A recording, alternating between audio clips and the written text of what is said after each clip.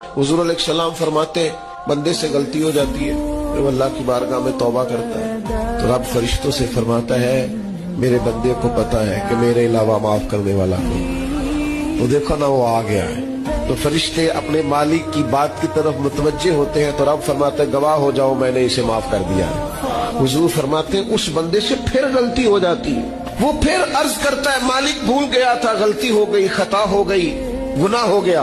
अल्लाह फरमाता देखा ना मेरे बंदे को पता है मेरे सिवा माफ करने वाला कोई नहीं, तो जाओ गवाह हो जाओ मैंने माफ कर दिया।